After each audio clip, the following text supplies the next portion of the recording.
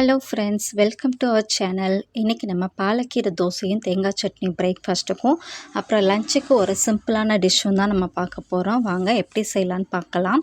First தேங்காய் chutney ready பண்ணிக்கலாம். முதல்ல தேங்காய், பொட்டுக்கடலை, பூண்டு, பச்சை மிளகாய் இது எல்லாத்தையும் சேர்த்ததுக்கப்புறமா கொஞ்சம் கல்லுப்பு சேர்த்து லைட்டாக தண்ணி ஊற்றி மிக்ஸி ஜாரில் கொஞ்சம் லைட்டாக பேஸ்ட் பண்ணி எடுத்துக்கலாம்.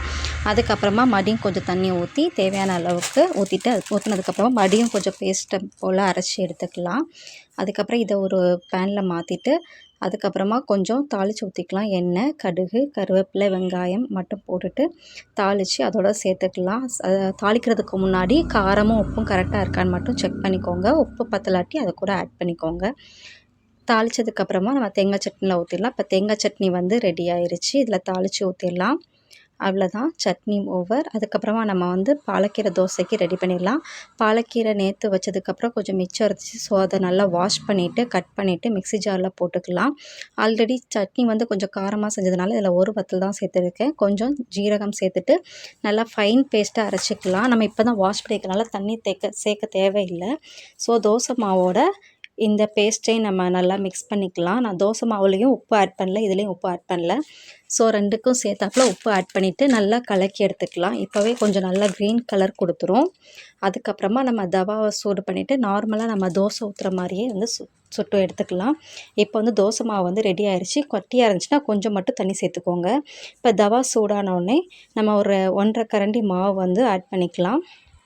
ஆட் பண்ணிவிட்டு ரொம்ப தின்னாகவும் இல்லாமல் ரொம்ப பெருசாகவும் இல்லாமல் ஒரு கொஞ்சம் மீடியமாக நம்ம ஒரு தோசை ஊற்றி எடுத்துக்கலாம். தோசை ஊற்றுனதுக்கப்புறமா நம்ம ஆயில் அல்லது நெய் ஆட் பண்ணிக்கலாம். எதுனாலும் நான் இன்றைக்கி தேங்காய் எண்ணெய் தான் ஊற்றிருக்கேன். ஸோ 2 பக்கமும் நல்லா வேக விட்டு 2 பக்கமும் நல்லா திருப்பி போட்டு கொஞ்சம் நல்லா வேக விடணும். ஏன்னா கீரை இருக்கிறதுனால நம்ம பச்சையாக தான் சேர்த்துருக்கோம் கீரை. ஸோ இதில் கொஞ்சம் நல்லா வேக விட்டுட்டு அதுக்கப்புறமா திருப்பி போட்டுக்கலாம். போட்டதும் கொஞ்சம் நல்லா அப்புறமா அதே மாதிரி இருக்கிற மாவையும் நம்ம தோசை ஊற்றி எடுத்துக்கலாம். இப்போ நான் காட்டின மாவு ஒரு 6 தோசைக்கிட்ட வந்துச்சு. அந்த குவான்டிட்டிக்கு நான் இப்போ சேர்த்துருக்க குவான்டிட்டி கரெக்டாக இருக்கும். நீங்கள் அதுக்கேற்ற மாதிரி சேர்த்துக்கோங்க. நெக்ஸ்ட்டு நம்ம லஞ்சுக்கு பார்த்தலாம். இது பிரேக்ஃபாஸ்ட்டு முடிஞ்சிருச்சு.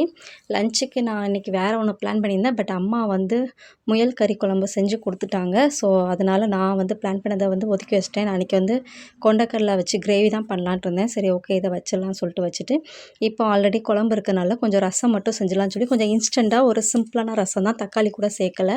புளி ஊற வச்சுட்டு அதில் நான் கொஞ்சம் ஜீரகம், கொஞ்சம் மிளகு, அதுக்கு பூண்டுப்பல், கொஞ்சம் தேங்காய்,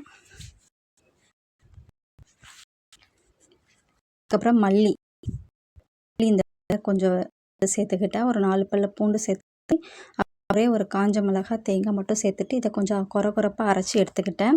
இதை ஒரு பாத்திரத்தில் மாற்றினதுக்கப்புறமா நம்ம கரைச்சி வச்சுருக்க புளி தண்ணியை ஆட் பண்ணியாச்சு. அது கூட கொஞ்சம் தண்ணி ஊற்றிட்டு கொஞ்சம் டேஸ்ட் பண்ணிக்கலாம்.